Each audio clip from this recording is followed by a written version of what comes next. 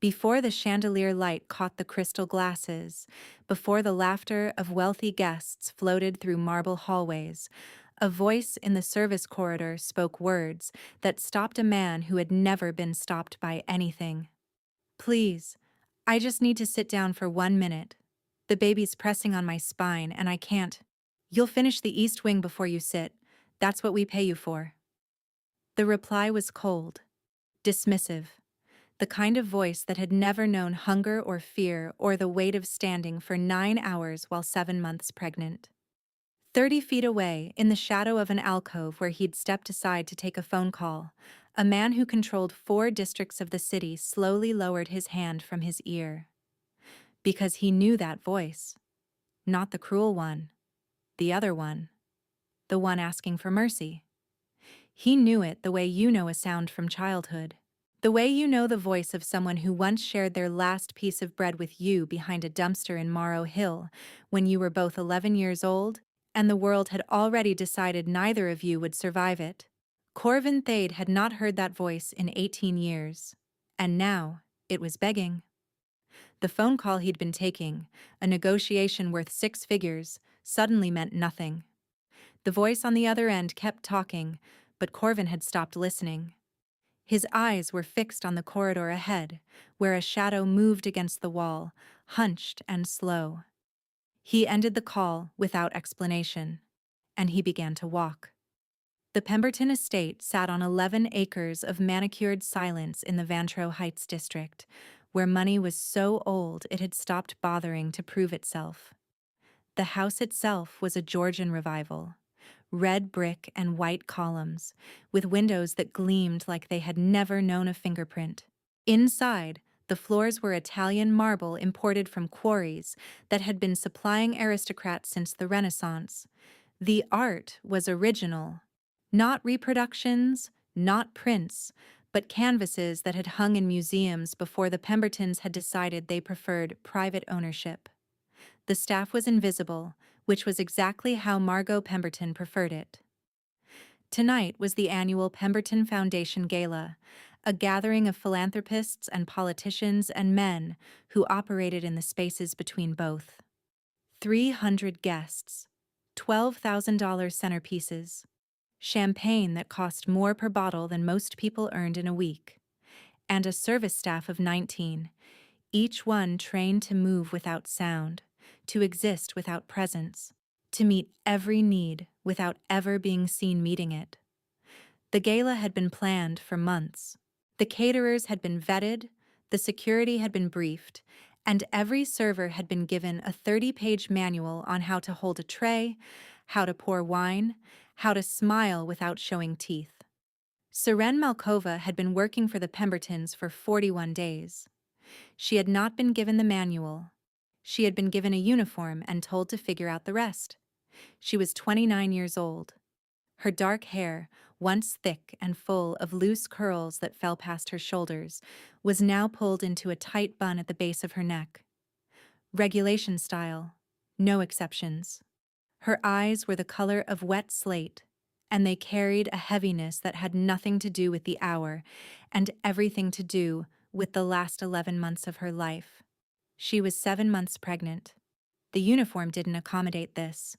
No one had offered her a larger size, and when she had asked, the head housekeeper had looked at her belly with barely concealed disgust and said, "We hire staff, not maternity cases.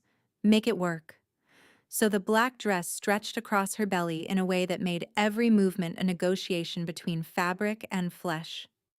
The zipper at the back dug into her spine, the collar pressed against her throat. Every breath was a small battle. Her ankles were swollen, had been for weeks now, thick and tender. The skin stretched tight. Her lower back burned with a pain so constant she had stopped registering it as pain and now simply called it standing. Her feet, crammed into regulation black flats 1 size too small because those were the only ones available, throbbed with every step. She had been on her feet since 4 in the afternoon.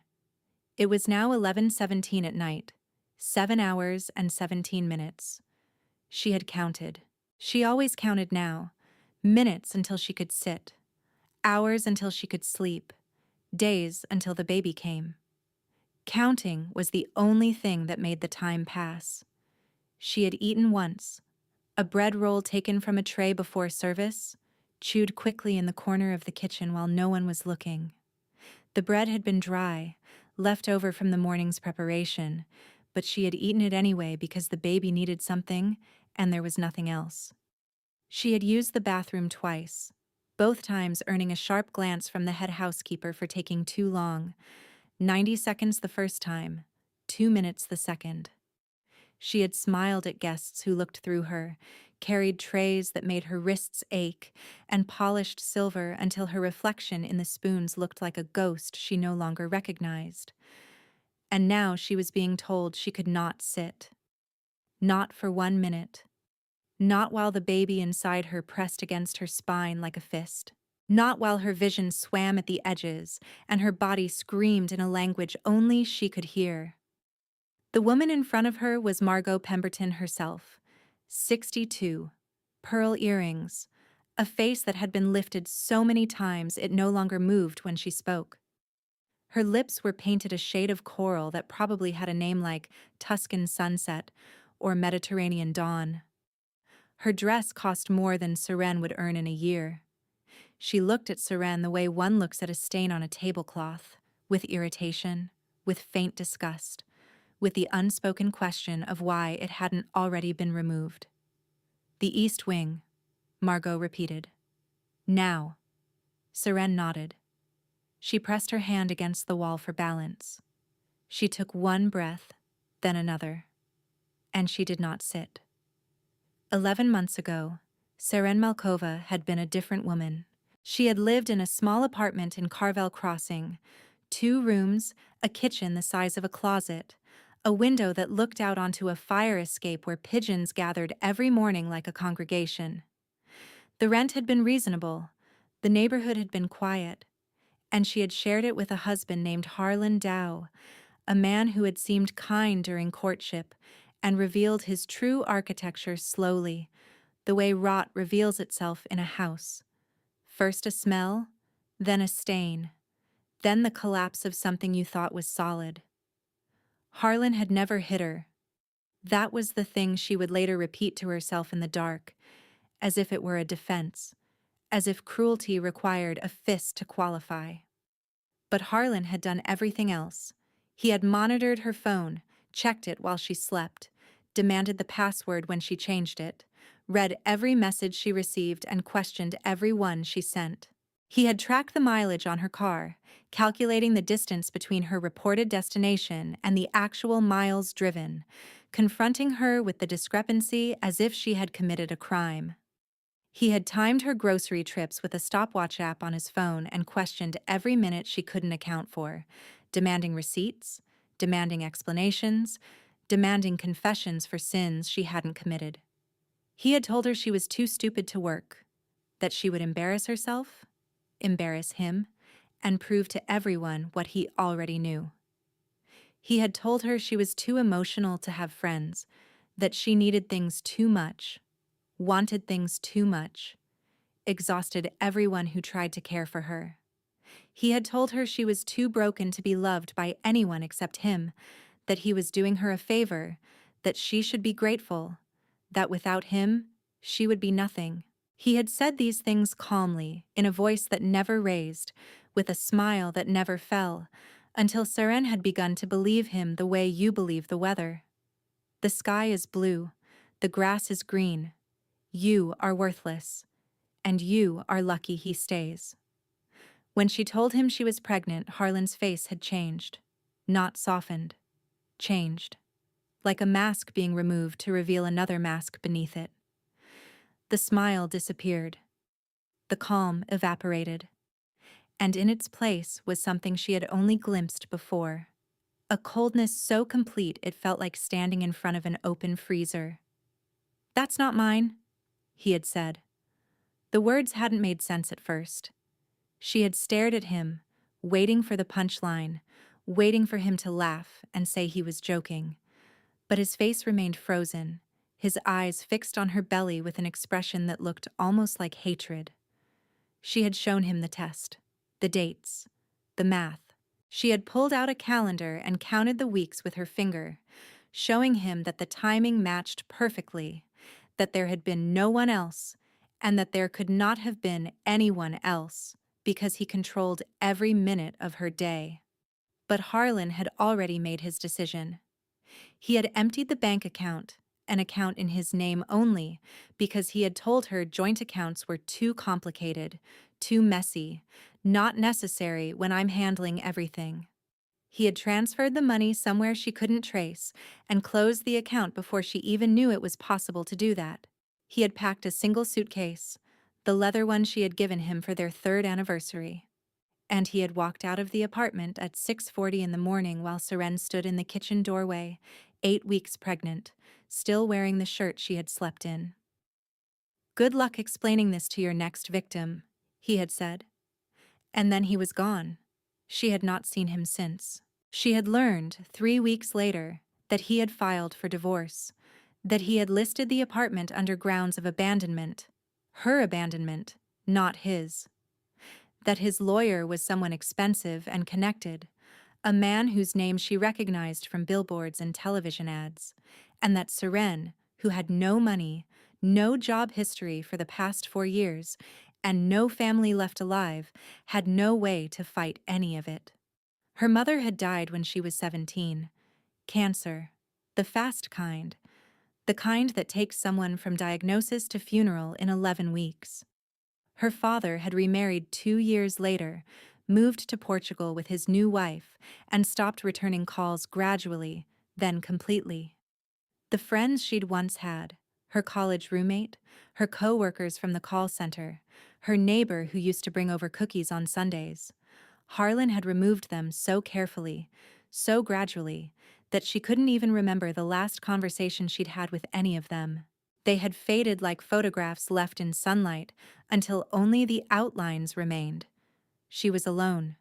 Completely, structurally, intentionally alone. The job at the Pemberton estate had come through an agency that didn't ask questions.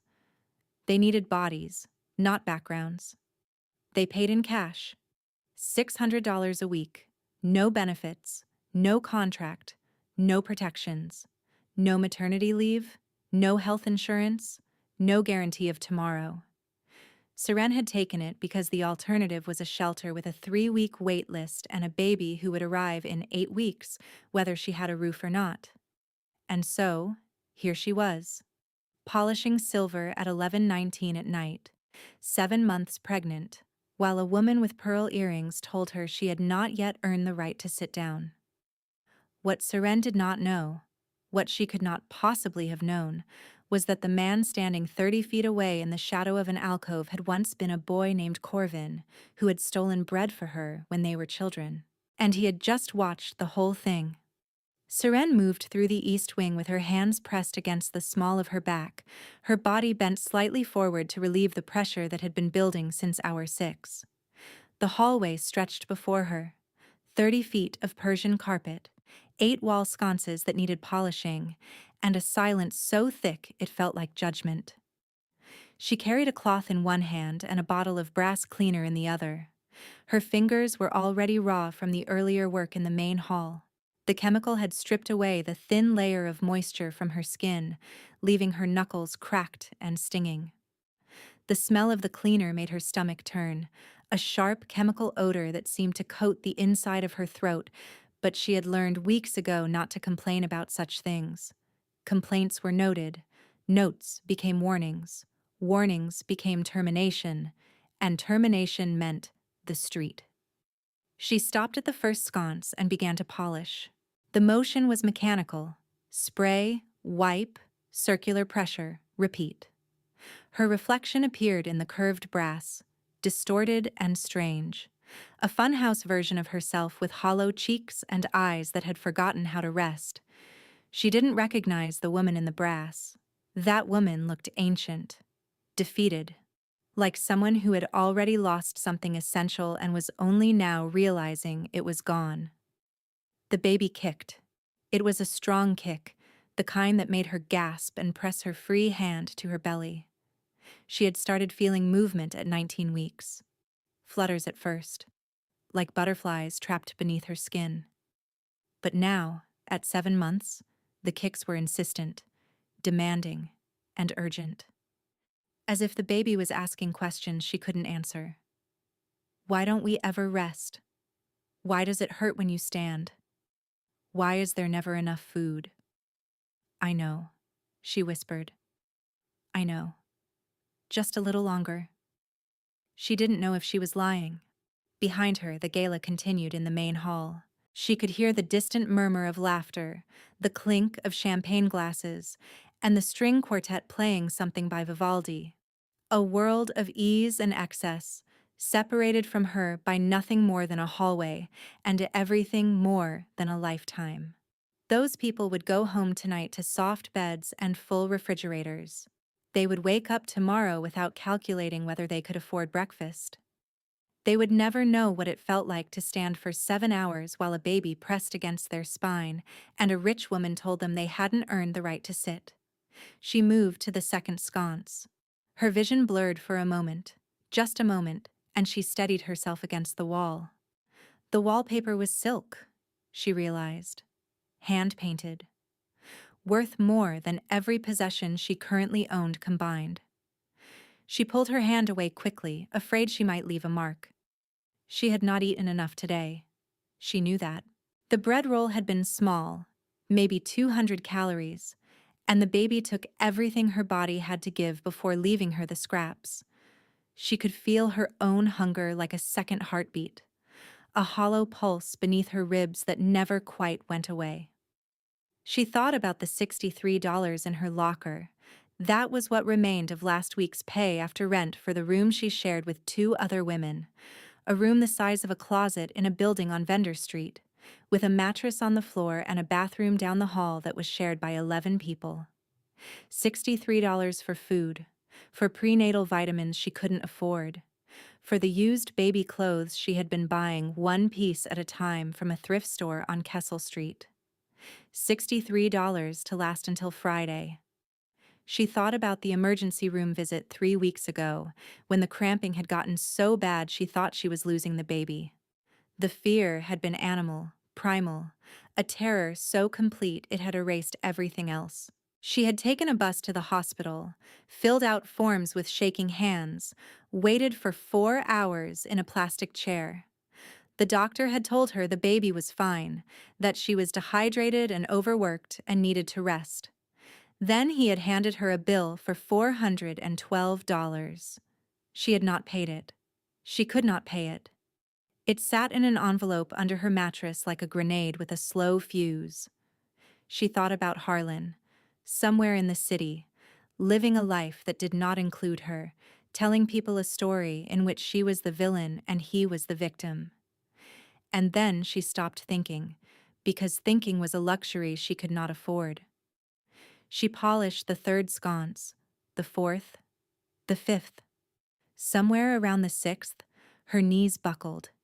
She caught herself on the wall, one hand flat against the damask wallpaper, the other still clutching the brass cleaner.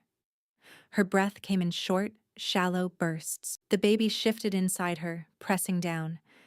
And for a moment, the pressure was so intense, she thought she might collapse right there on the Persian carpet. But she didn't. She steadied herself. She counted to 5. She straightened her spine 1 vertebra at a time, and she kept polishing. Because that was the thing about survival. It didn't ask if you could. It only asked if you would. Corvin Thade had built an empire on patience. He controlled the Vantro corridor, 4 districts of the city that moved money, goods, and silence in equal measure. He employed 318 men, each one vetted through a process that took 6 months minimum, each one loyal in the way that loyalty is earned through years of fair treatment and the understanding that betrayal had consequences. He had lawyers who returned his calls at midnight. He had judges who understood the value of discretion. He had a reputation that preceded him, like winter precedes frost. By the time you felt it, The ground was already frozen. He was 29 years old, young for what he controlled, younger still for what he had survived. His shoulders were broad, built from years of physical work before the money came. His jaw was square, and his eyes were the color of iron left out in the rain, gray with flecks of something darker, something that most people instinctively avoided looking at too long. There was a scar on his left hand, a thin white line across the knuckles that most people assumed came from violence. They were half right. It had come from a broken bottle, but he had been 11, and the bottle had been thrown by his father. And Corvin had raised his hand to protect his face, because his face was all he had left that wasn't bruised.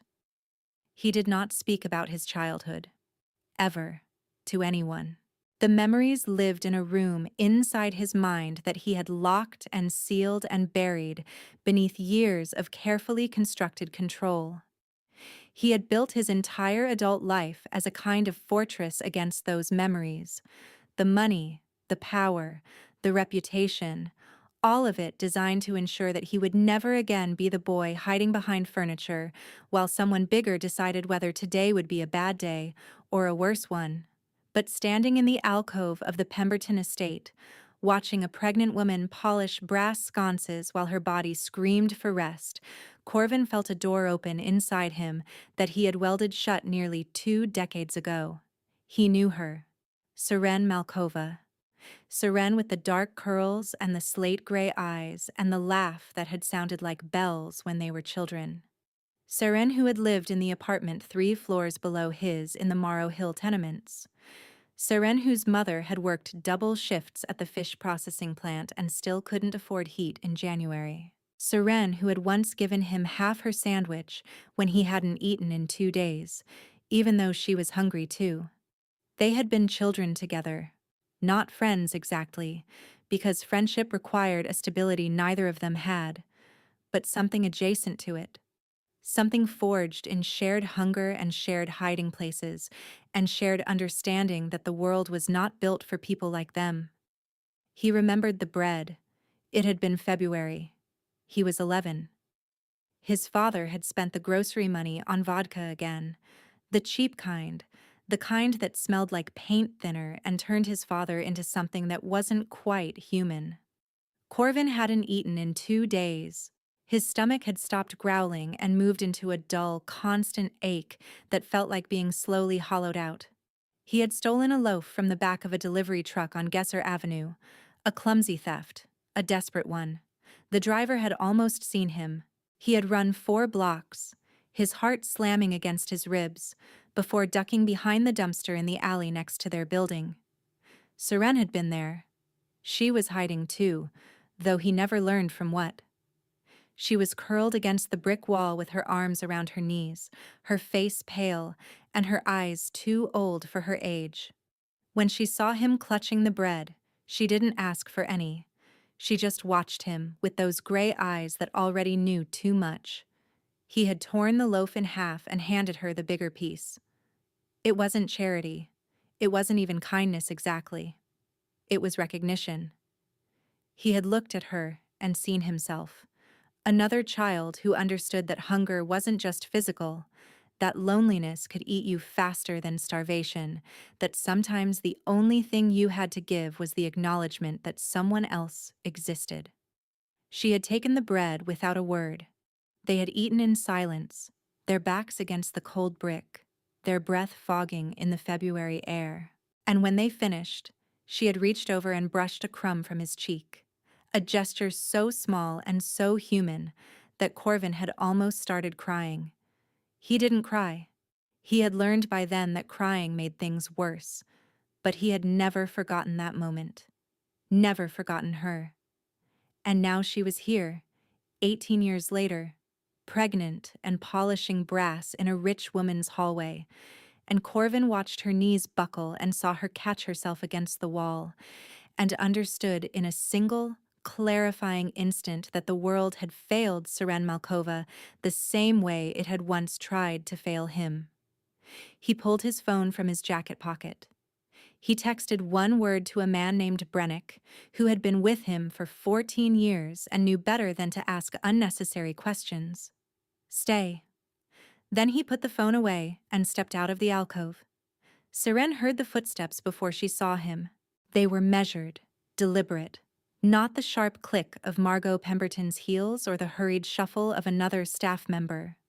These footsteps belonged to someone who moved through the world without rushing, because the world had learned to wait for him. She turned, still holding the brass cleaner, still leaning slightly against the wall. The man who stood 10 feet away was tall and broad-shouldered, wearing a suit that cost more than 6 months of her rent. The fabric was dark, the cut precise, and it fit him in a way that suggested it had been made specifically for his body. His face was composed, unreadable, the kind of face that revealed exactly what it wanted to reveal, and nothing more. But his eyes. There was something in his eyes that she couldn't place, something that looked almost like recognition. "The staff bathroom is at the end of the hall," she said automatically, the words coming out before she could think. "If you're looking for the main event, it's back through the—" "I'm not looking for anything." His voice was low, controlled, the kind of voice that didn't need volume to command attention.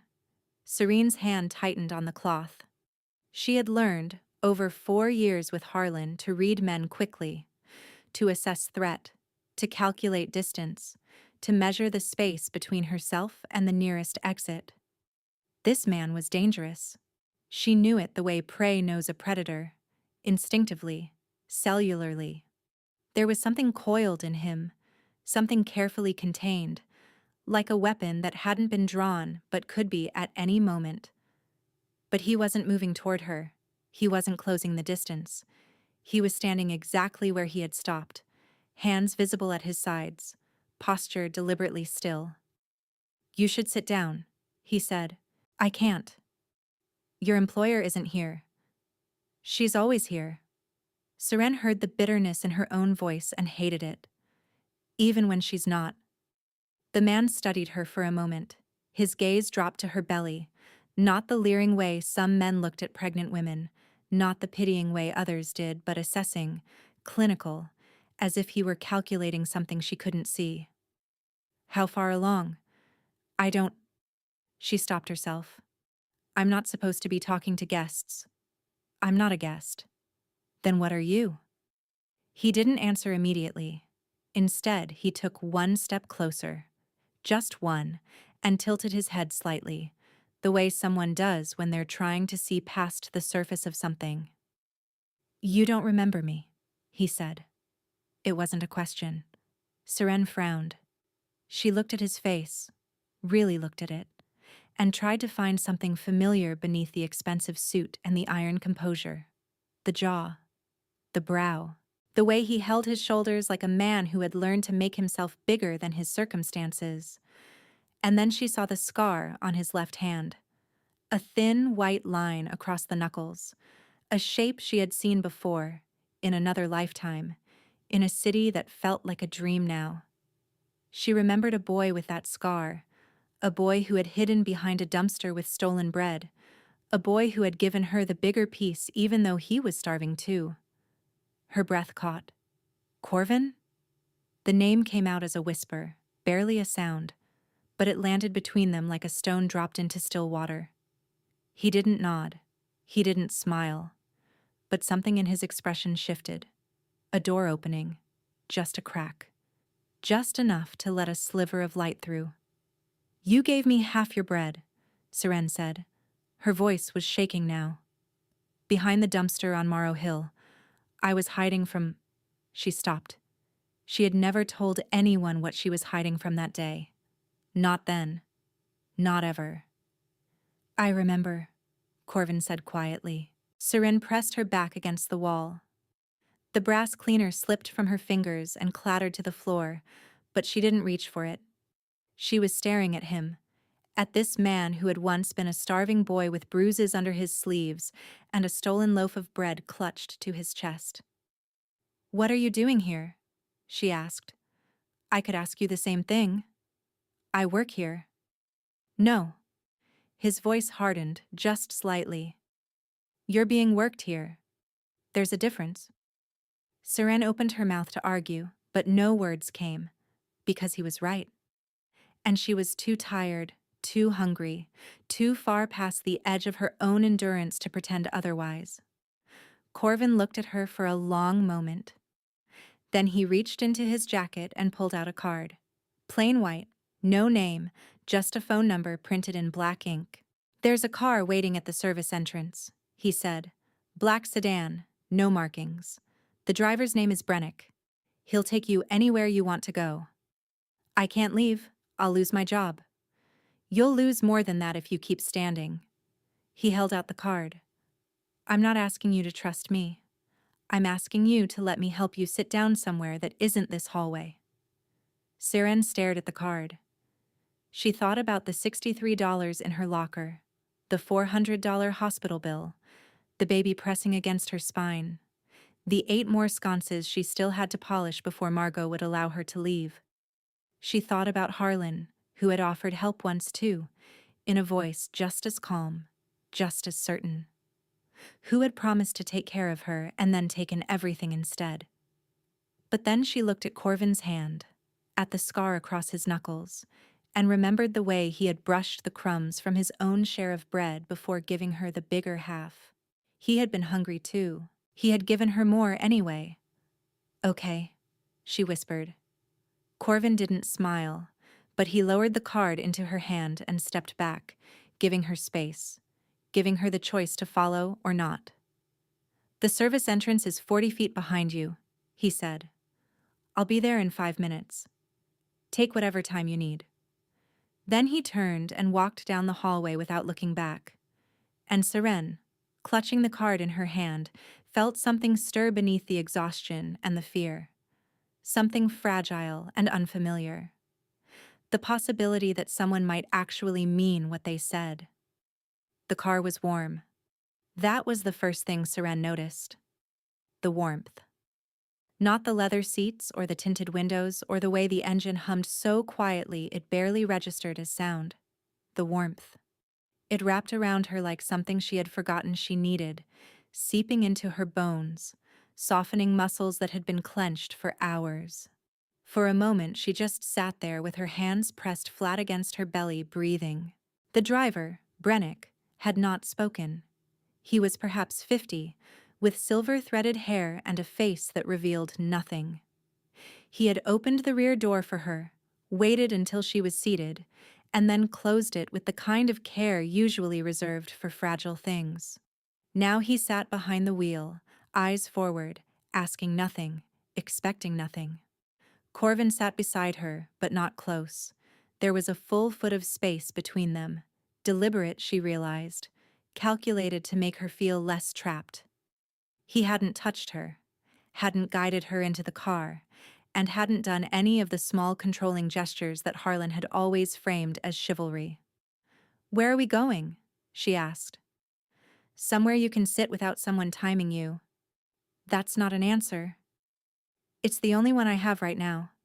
He glanced at her. "Is there somewhere you need to be tonight?" Seren almost laughed. The room she rented was a mattress on a floor in a building where the elevator hadn't worked in 6 months. The stairs were narrow and smelled of mildew. Her roommates were strangers who worked night shifts and slept during the day, women whose names she barely knew, whose lives intersected with hers only in the shared bathroom and the thin walls that let every sound through. There was no one waiting for her. There was no one who would notice if she didn't come back. "No," she said. "There's nowhere." Corvin nodded once, as if this confirmed something he had already suspected. The car moved through the city, past the gleaming towers of Vantro Heights, through the quieter streets of the Ashford district, into a neighborhood Seren didn't recognize. The buildings here were older but well kept, brownstones with iron railings and windows that glowed amber in the night. Trees lined the sidewalks, their branches bare but elegant, like the architecture of something waiting to bloom. They stopped in front of a narrow restaurant on a corner.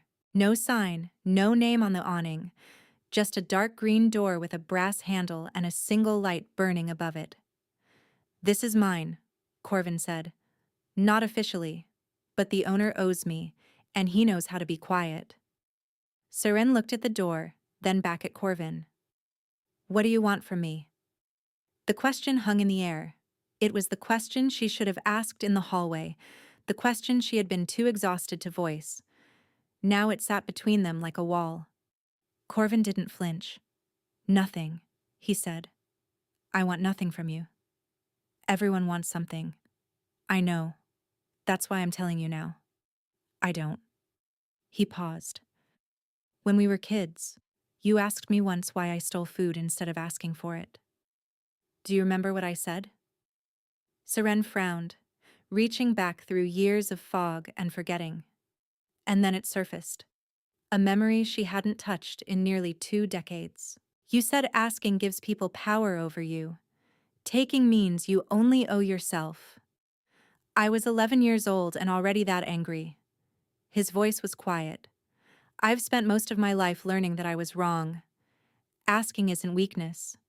And sometimes—" He stopped. His jaw tightened. "Sometimes the people who should have been asked weren't. And someone else paid the price." Seren didn't understand what he meant. Not fully. But she understood the weight in his voice, the way his hand rested on his knee with the fingers slightly curled, as if he were holding something invisible. "Let me buy you dinner," he said. "Real food. A table where you can sit for as long as you want. And then, if you want to leave, Brennick will take you wherever you need to go. No questions. No obligations." She studied his face.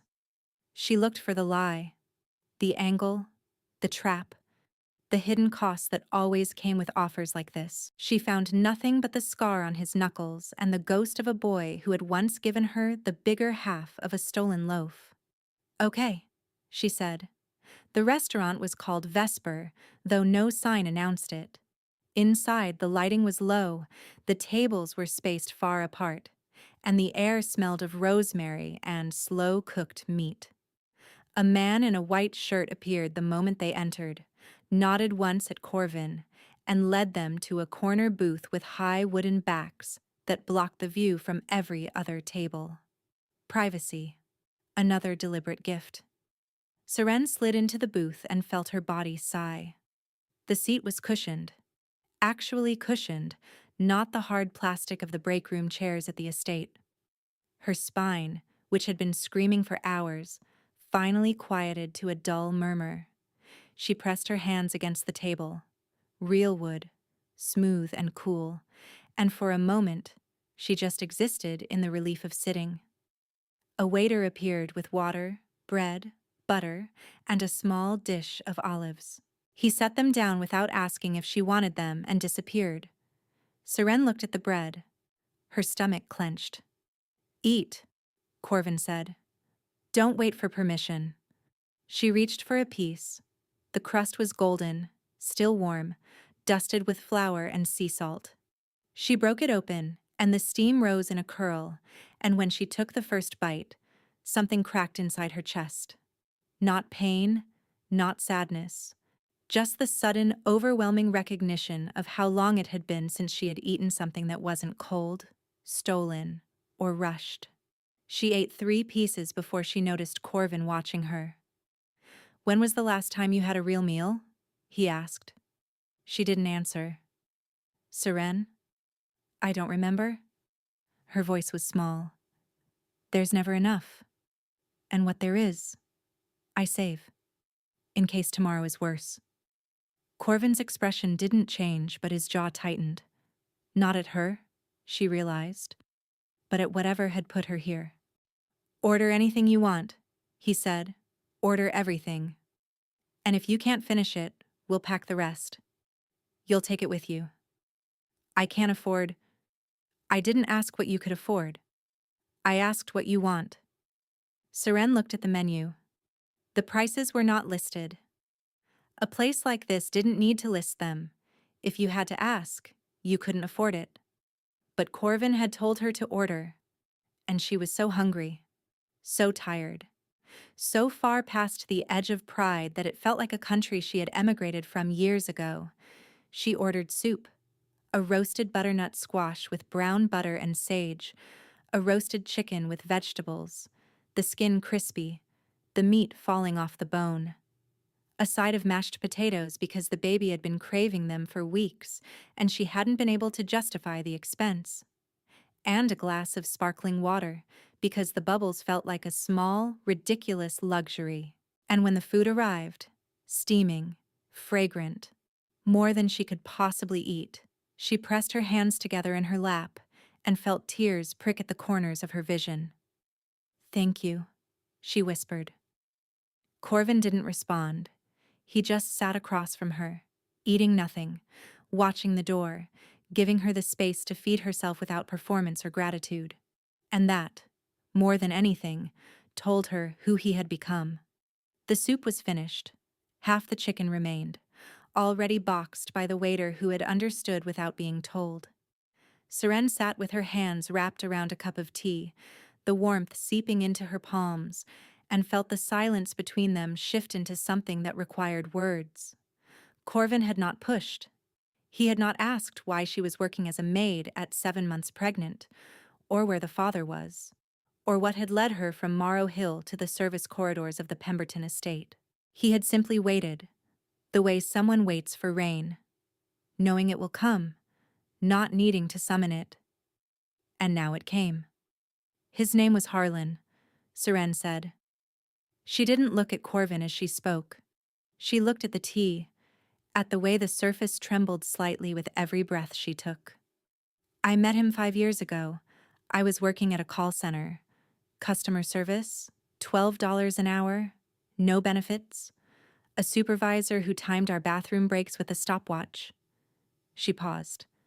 "He came in to fix the phone system. IT contractor. He was polite. He remembered my name. He brought me coffee once without asking what I wanted. Just guessed, and got it right. And that was enough? That was everything." Her voice cracked. I didn't have anyone, Corvin. My mother was dead. My father might as well have been. I was 24 years old and I had never had someone look at me like I mattered, like I was worth remembering." She took a breath. "So when he asked me to move in with him after 3 months, I said yes. When he said I should quit my job because he could take care of us both, I believed him. When he said my friends were jealous of what we had and I should stop seeing them, She stopped. "I let him cut me off from everyone, piece by piece, person by person, until there was no one left but him." Corvin's hand rested on the table. The scar caught the light. "He never hit me," Seren continued. "I used to think that meant it wasn't abuse, that I had no right to complain because there were no bruises, no broken bones, and no emergency rooms. But he controlled everything. The money. I never saw a bank statement. The car. He tracked the mileage on an app. My phone. He read every message. My time.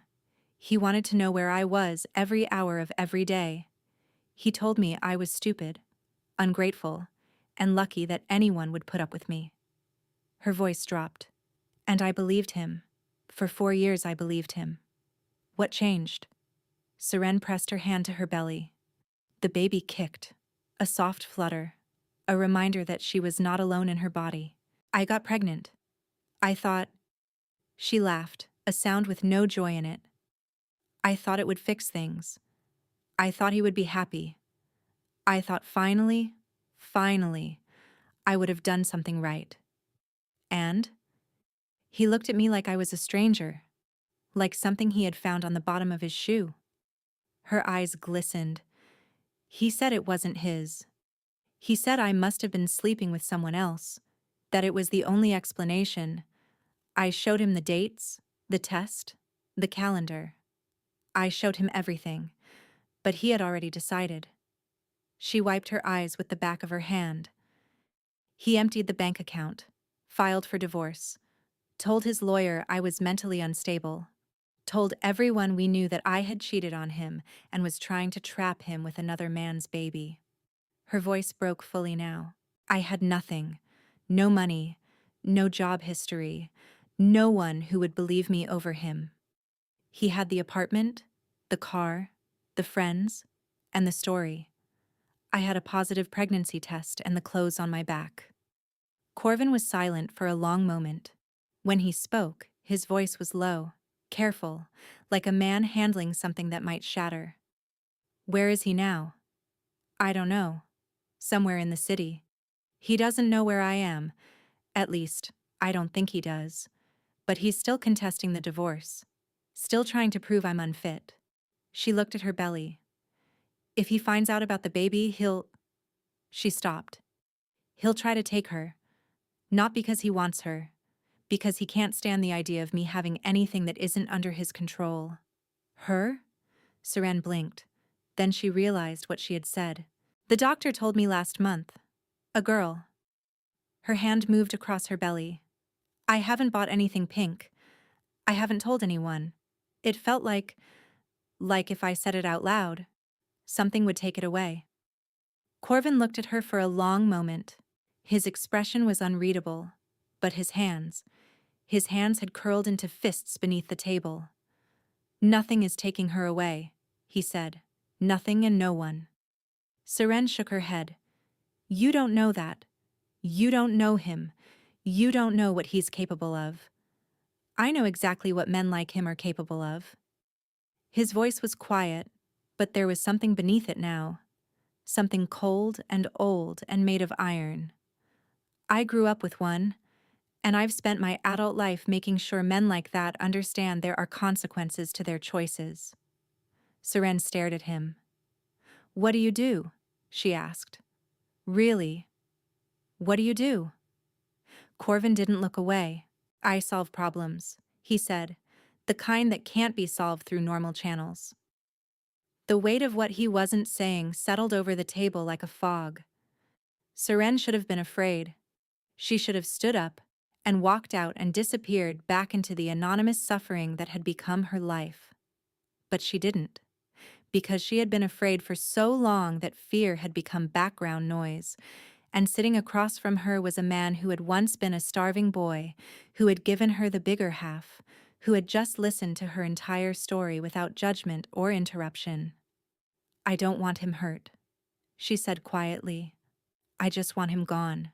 I want to raise my daughter without looking over my shoulder. I want to stop being afraid every time my phone buzzes. Corvin nodded slowly. Then that's what we'll arrange. The call went out at 11 minutes past midnight. Corvin stood outside Vesper, his phone pressed to his ear, his breath fogging in the November air. The street was empty. No cars, no pedestrians, just the amber glow of the streetlights and the distant hum of the city that never fully slept. Seren was still inside. Brennick had been instructed to stay with her, to order dessert if she wanted it, to let her sit for as long as she needed. The voice on the other end of the line belonged to a woman named Marin Solis. She was 57, silver-haired, and had spent 3 decades in family law before retiring to become something more useful. A private consultant for women who needed to disappear from men who wouldn't let them. She didn't advertise. She didn't take new clients. She worked exclusively through referrals from people who understood that discretion was worth more than reputation. Corvin was one of those people. I need full documentation, he said. Financial abuse, coercive control, character assassination, fraudulent claims in a divorce filing. The subject is Harlan Dow. The client is a pregnant woman with no resources and no representation. Marin didn't ask how he knew these details. She had worked with Corvin before. Timeline? Yesterday, but I'll settle for this week. Is the woman safe? She will be. I'm securing housing tonight. Medical care tomorrow. Legal protection by end of week. There was a pause. Then Marin's voice softened. Just slightly. You're covering the costs? All of them. Nothing traces back to her. Nothing traces back to me. Understood. I'll have a case file started by morning. We'll need her testimony eventually, but I can build the foundation without it for now. Corvin hung up. He made 2 more calls. The first was to a man named Theron Galt.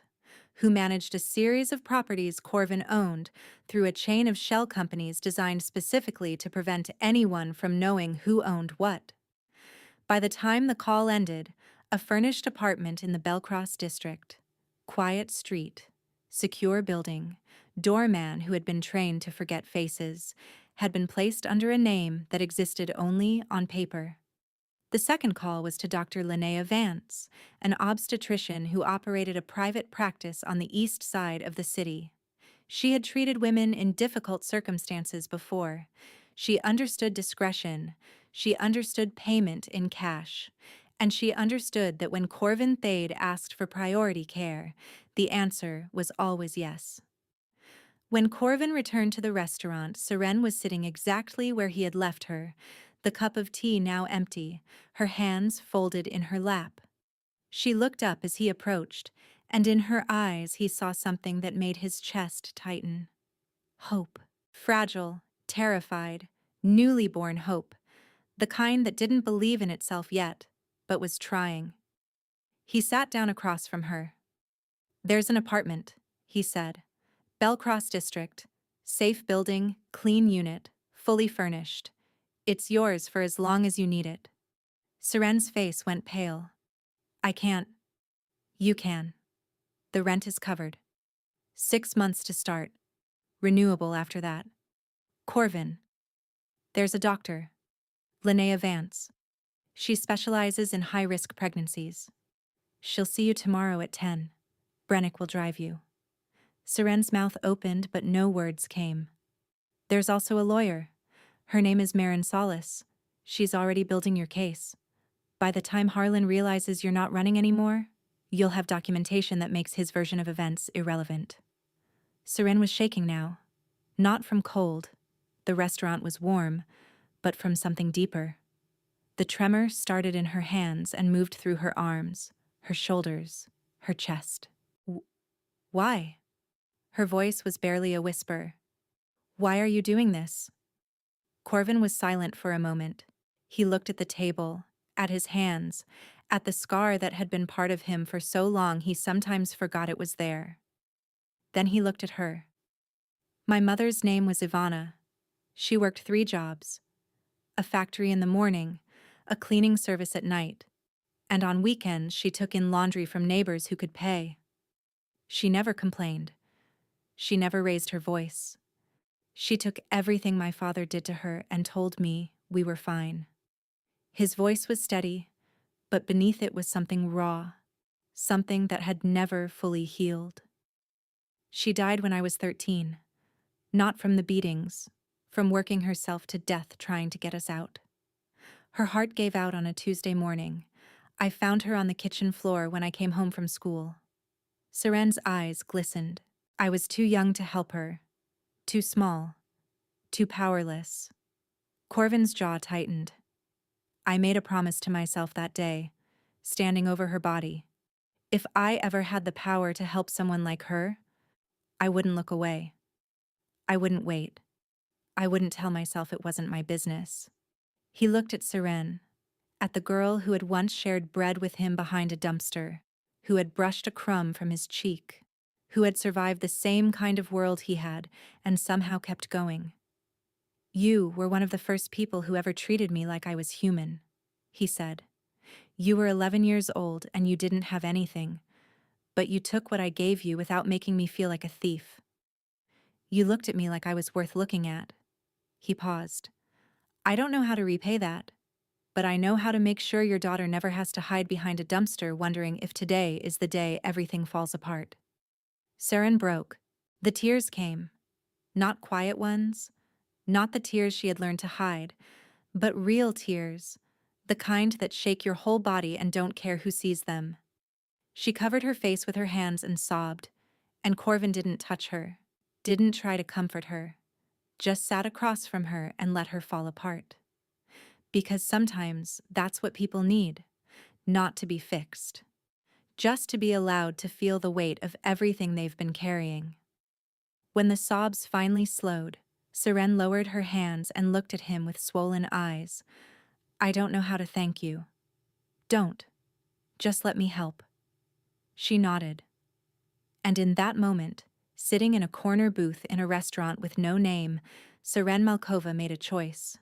She chose to believe that this man, this dangerous, scarred, impossibly powerful man, meant exactly what he said. It was the first time in 5 years she had trusted anyone. She hoped it wouldn't be the last. The next 6 weeks moved with a velocity that felt almost impossible. Doctor. Linnea Vance examined Siren the morning after the restaurant. She was a small woman with sharp eyes and gentle hands, and she found what Siren had suspected but been too afraid to confirm: moderate anemia, elevated blood pressure, and signs of chronic stress that had left visible marks on her body. The exhaustion wasn't just exhaustion. The headaches weren't just headaches. Her system was operating on emergency reserves that had been depleted months ago. "You've been running on empty," Dr. Vance said. "Your body has been prioritizing the baby at the expense of everything else. That's what bodies do. But there's a limit." She prescribed iron supplements, prenatal vitamins that actually worked, and something Siren hadn't had in months: rest. Real rest. The kind that happened in a bed, under clean sheets, with no alarm set and no one watching. She did not ask where the money was coming from. She simply provided care. Marin Solis filed her first motion on a Tuesday. It was a request for emergency financial records, a legal mechanism to force Harlan Dow to disclose the bank statements he had hidden during the divorce proceedings. His lawyer objected, citing privacy and relevance. The judge overruled the objection with a single sentence: "The court finds the request reasonable and necessary." The statements arrived 9 days later, and they told a story that contradicted everything Harlan had claimed. The account he said was empty had contained over $43,000 on the day he walked out. He had transferred it to a secondary account in his name only, then closed the original within 72 hours. The digital trail was clean, professional, and deliberate. And now it was documented. Marin added it to the file. She filed a second motion. This one requested the court to recognize Siren's pregnancy as evidence of the marriage's timeline, directly refuting Harlan's claim that the child was not his. A DNA test was ordered, standard procedure, Marin explained, and in this case, useful. Harlan's lawyer objected again. The judge was unmoved. The test results came back 3 weeks later. The child was Harlan's.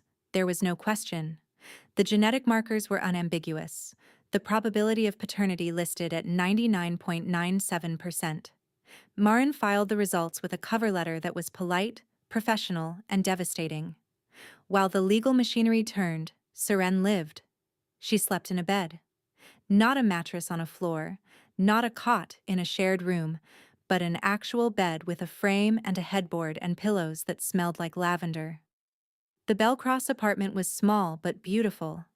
1 bedroom, a living room with a window that looked out onto a courtyard, a kitchen with appliances that worked.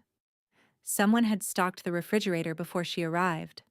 Someone had filled the bathroom with toiletries and the closet with maternity clothes in her size. Someone had thought of everything, and Siren knew who that someone was, even though Corvin never mentioned it. She ate 3 meals a day, meals she cooked herself, in her own kitchen, with groceries that appeared without explanation whenever she ran low.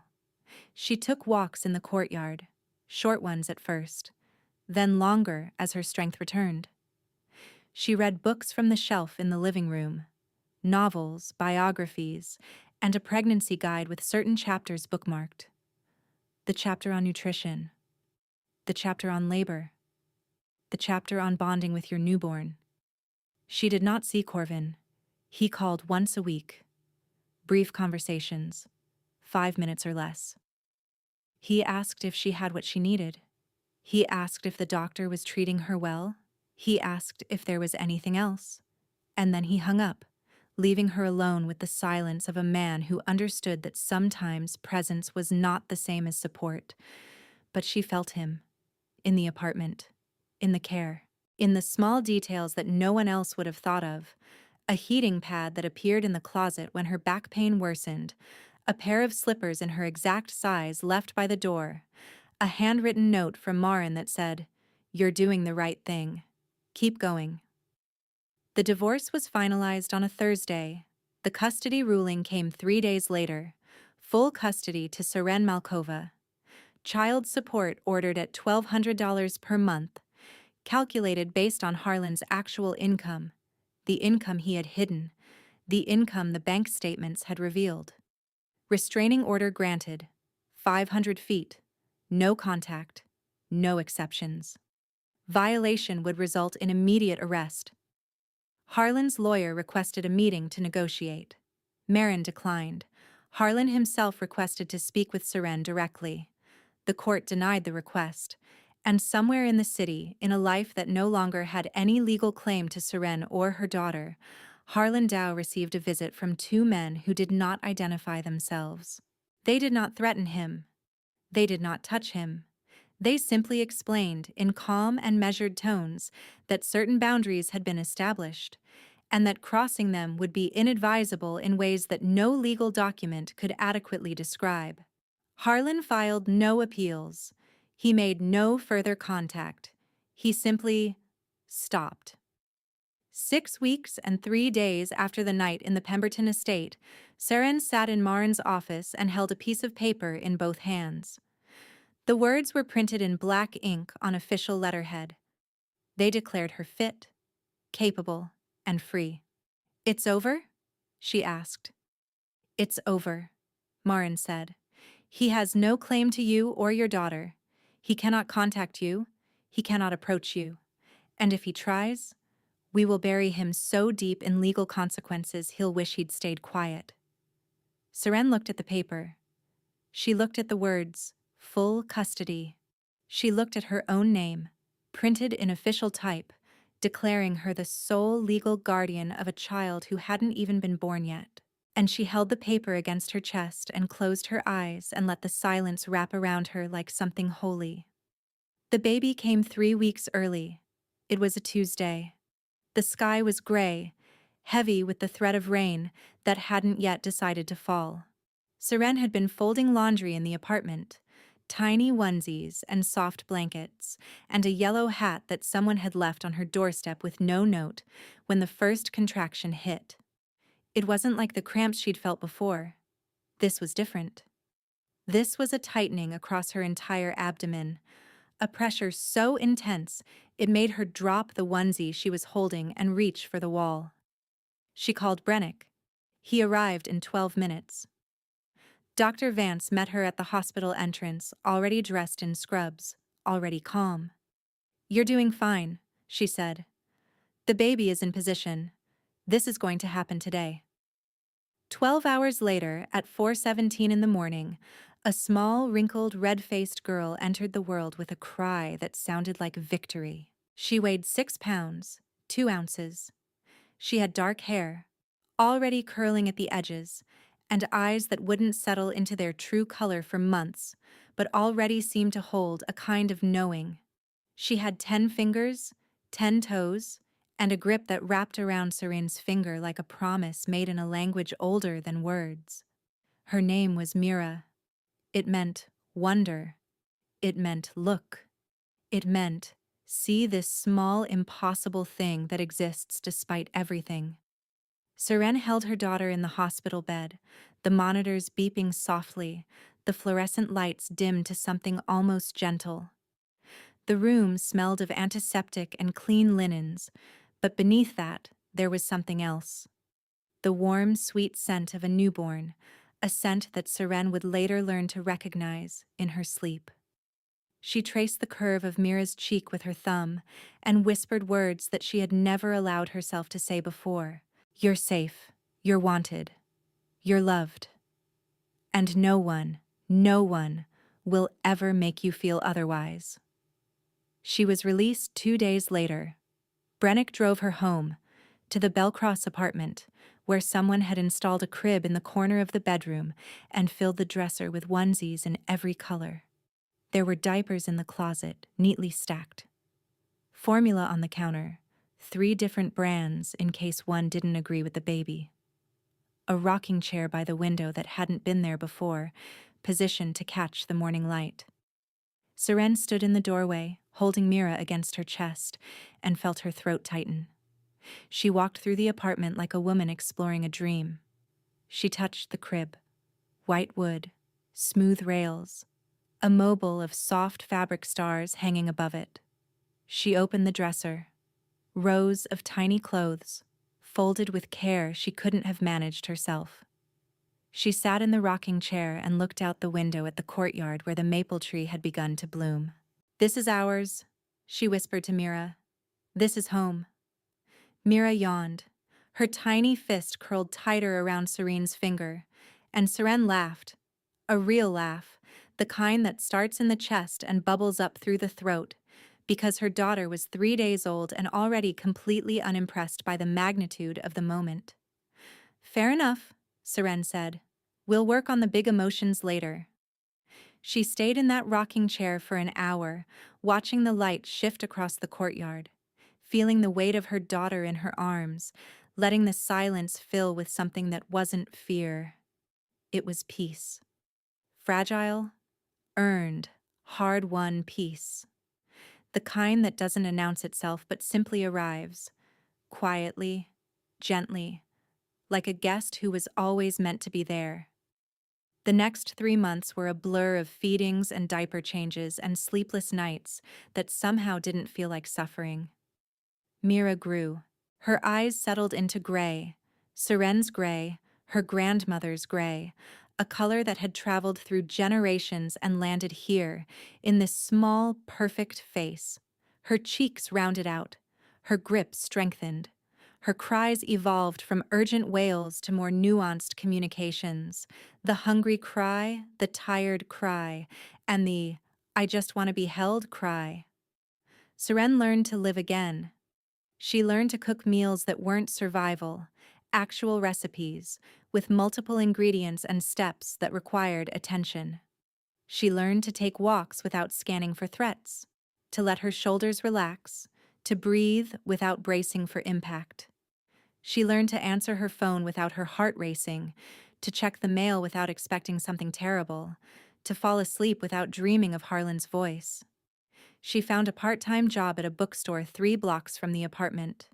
Mornings only, while a neighbor named Mrs. Thorne watched Mira for a few hours. Mrs. Thorne was 72, a retired schoolteacher with gentle hands and a living room full of photographs of grandchildren who lived far away. She didn't ask for payment, only company. She sang to Mira in Polish and called her Little Star. The pay from the bookstore was modest, $11 an hour, 16 hours a week, but it was hers. Money she earned, money she controlled, money that no one could take away. She began, slowly, to rebuild. And one afternoon in late April, she received a letter. It was on plain white paper, no return address, no signature. Inside was a single line, written in handwriting she didn't recognize. "The dumpster is still there. So is the bread." She stood in the kitchen, holding the letter, and felt the years collapse into a single point. She laughed. She cried. She clutched the paper like something precious. And she understood finally what Corvin had been trying to tell her. That the past wasn't a prison. It was a foundation. That the children they had been, starving, hiding, and surviving, had become the adults who could change the story. That bread shared in a moment of desperation could ripple forward through years and become an apartment, a doctor, a lawyer, a crib, a rocking chair, a daughter named Mira. That nothing was wasted, not the suffering, not the survival, not the small, quiet acts of humanity that most people never saw. 6 months later, on an October afternoon so bright it felt like defiance, Seren walked through the doors of a restaurant she had never expected to enter again. Vesper looked the same. The low lighting, the wooden tables, the smell of rosemary and slow-cooked meat. the corner booth with the high wooden backs where she had sat 7 months ago, shaking and starving and afraid. But Seren was different. She wore a dress that fit properly, blue, simple, chosen by her own hand with her own money from a shop 3 blocks from the bookstore. Her hair was down, dark curls resting against her shoulders, free of the regulation bun she had worn at the Pemberton estate. Her daughter was in her arms. Mira was 6 months old. She wore a yellow onesie and a white headband with a small bow that kept sliding sideways. She looked at the restaurant with wide, curious eyes, the same gray as her mother's, the same gray as the sky before rain. The waiter appeared. He recognized Seren. She could see it in his eyes, but he said nothing. He simply led them to the same corner booth and set down a menu. Seren slid into the seat and settled Mira on her lap. She ordered soup, the same butternut squash, roasted chicken, mashed potatoes, and a slice of chocolate cake. Because Mira wasn't old enough to eat it, but Seren was, and she had spent long enough denying herself small joys. The food arrived. She ate slowly.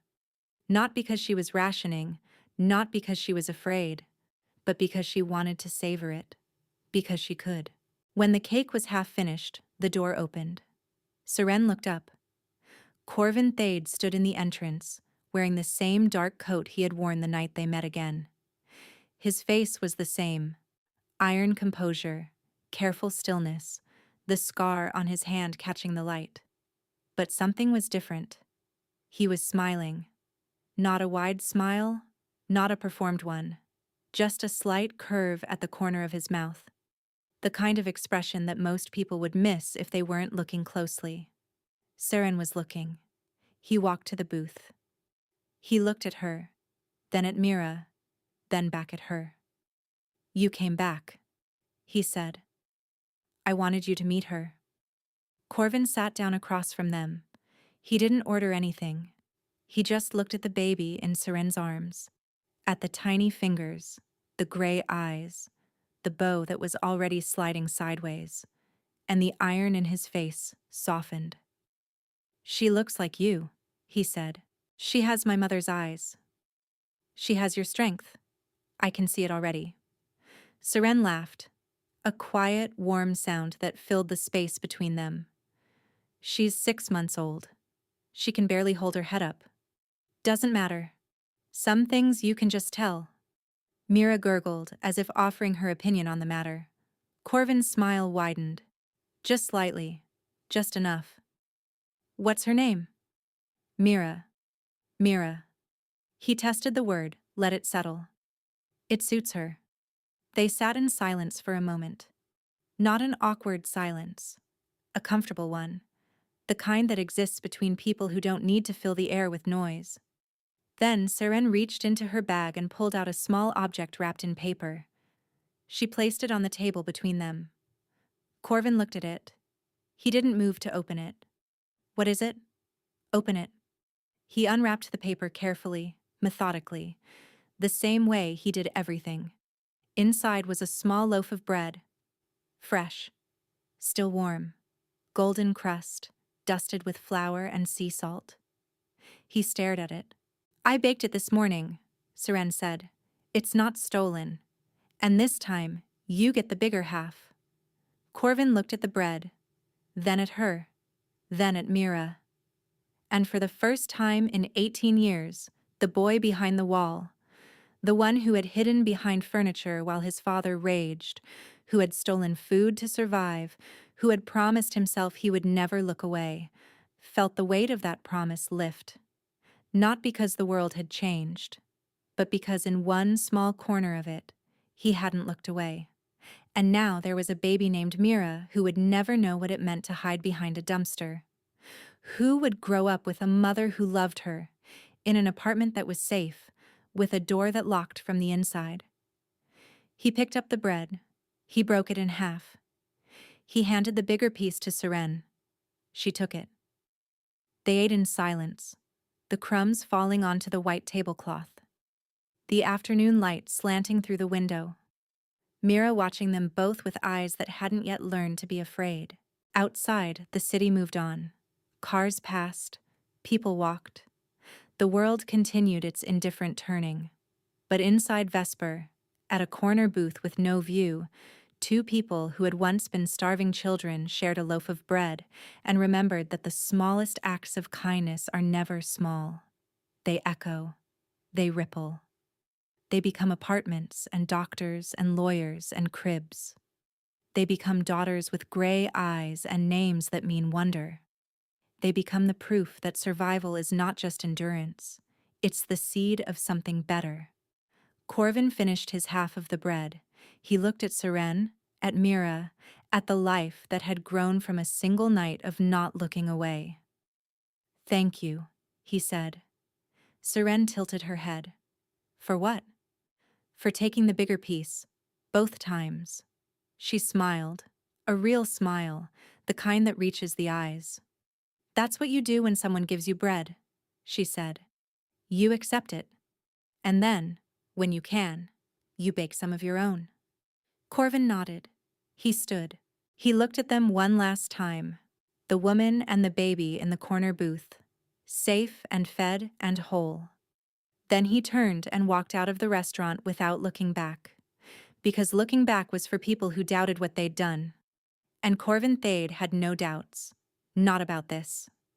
The bell above the door chimed as it closed. Mira reached for a crumb on the table, missed, and grabbed her own foot instead. Seren laughed and kissed her daughter's forehead and whispered, "Let's go home." She gathered her things.